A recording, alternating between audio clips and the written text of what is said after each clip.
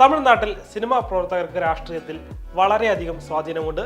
കാലാകാലങ്ങളായി തമിഴ്നാട്ടിലെ ഭരണചക്രം തിരിക്കുന്നത് സിനിമയുടെ പിൻബലത്തിൽ അധികാരം പിടിച്ച ഭരണാധികാരികളാണ്.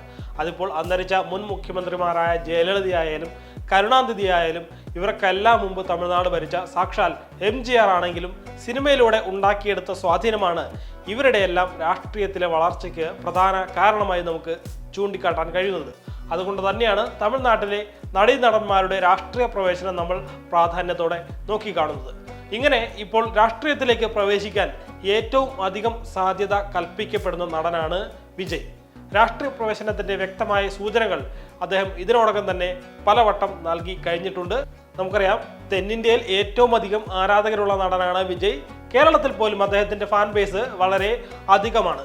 ഈ ഒരു സാഹചര്യത്തിൽ അദ്ദേഹത്തിന്റെ രാഷ്ട്രീയ പ്രവേശനത്തിന് വളരെ വലിയ മാനങ്ങളാണ് കൽപ്പിക്കപ്പെടുന്നത് എന്ന് തന്നെ നമുക്ക് പറയാവുന്നതാണ്.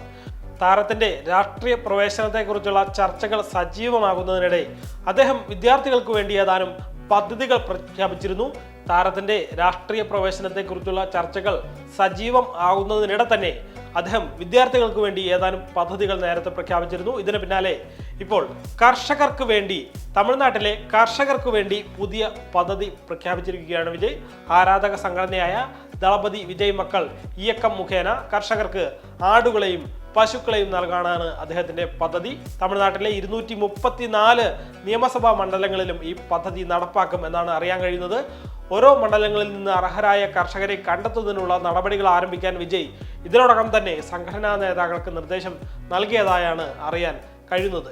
എന്തായാലും വിജയുടെ രാഷ്ട്രീയ പ്രവേശനത്തിന് മുന്നോടിയായിട്ടുള്ള നടപടികളായി തന്നെയാണ് ഈ നീക്കങ്ങളെല്ലാം വിലയിരുത്തപ്പെടുന്നത്. നേരത്തെ ഓരോ മണ്ഡലത്തിലും വിദ്യാർത്ഥികൾക്ക് ട്യൂഷൻ നൽകാൻ പഠന കേന്ദ്രങ്ങൾ ആരംഭിക്കാൻ തീരുമാനിച്ചതിന് പിന്നാലെയാണ് കർഷകർക്ക് വേണ്ടിയും പദ്ധതി നടത്താൻ അദ്ദേഹം ഒരുങ്ങുന്നത്. പഠന കേന്ദ്രങ്ങൾ ആരംഭിക്കാനുള്ള പദ്ധതി ഉടൻ തന്നെ ഔദ്യോഗികമായി പ്രഖ്യാപിക്കും എന്നാണ് വിവരം. അതേസമയം തന്നെ കർഷകർക്ക് ആടുകളെയും പശുക്കളെയും നൽകുന്ന പുതിയ പദ്ധതി വിശദമായ കണക്കെടുപ്പിന് ശേഷമാകും നടപ്പാക്കുക എന്നാണ് റിപ്പോർട്ട്. ഇതുകൂടാതെ തമിഴ്നാട് മുൻ മുഖ്യമന്ത്രി K. കാമരാജിന്റെ ജന്മദിനം ദളപതി വിജയ് മക്കൾ ഇയക്കം സംസ്ഥാന വ്യാപകമായി തന്നെ ആഘോഷിക്കും. അതേ ദിവസം തന്നെ സംസ്ഥാനത്ത് വിവിധ ഇടങ്ങളിലുള്ള കാമരാജിന്റെ പ്രതിമയിൽ പുഷ്പാർച്ചന നടത്തും. ഇതിനോടൊപ്പം തന്നെ വിദ്യാഭ്യാസ സഹായ വിതരണവും നടത്തുമെന്നാണ് നമുക്ക് അറിയാൻ കഴിയുന്നത്.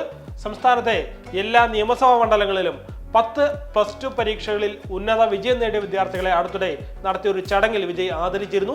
ഈ പരിപാടിയിൽ പണം വാങ്ങി വോട്ട് ചെയ്യരുത് എന്നുള്ള വിജയുടെ ആഹ്വാനം അദ്ദേഹത്തിന്റെ രാഷ്ട്രീയ പ്രവേശനത്തിന്റെ സൂചനയായി തന്നെയാണ് രാഷ്ട്രീയ നിരീക്ഷകർ കണക്കാക്കുന്നത്. അതുപോലെ അടുത്തിടെയായി വിജയ് സിനിമകളിൽ നിന്ന് ഇടവേള എടുക്കുന്നതായുള്ള വാർത്തകൾ വന്നിരുന്നു. 2026 നിയമസഭാ തെരഞ്ഞെടുപ്പ് ലക്ഷ്യമിട്ടാണ് ഇങ്ങനെ വിജയ് സിനിമയിൽ നിന്ന് ഇടവേള എടുക്കുന്നതെന്നാണ് നമുക്ക് ലഭിക്കുന്ന വിവരം.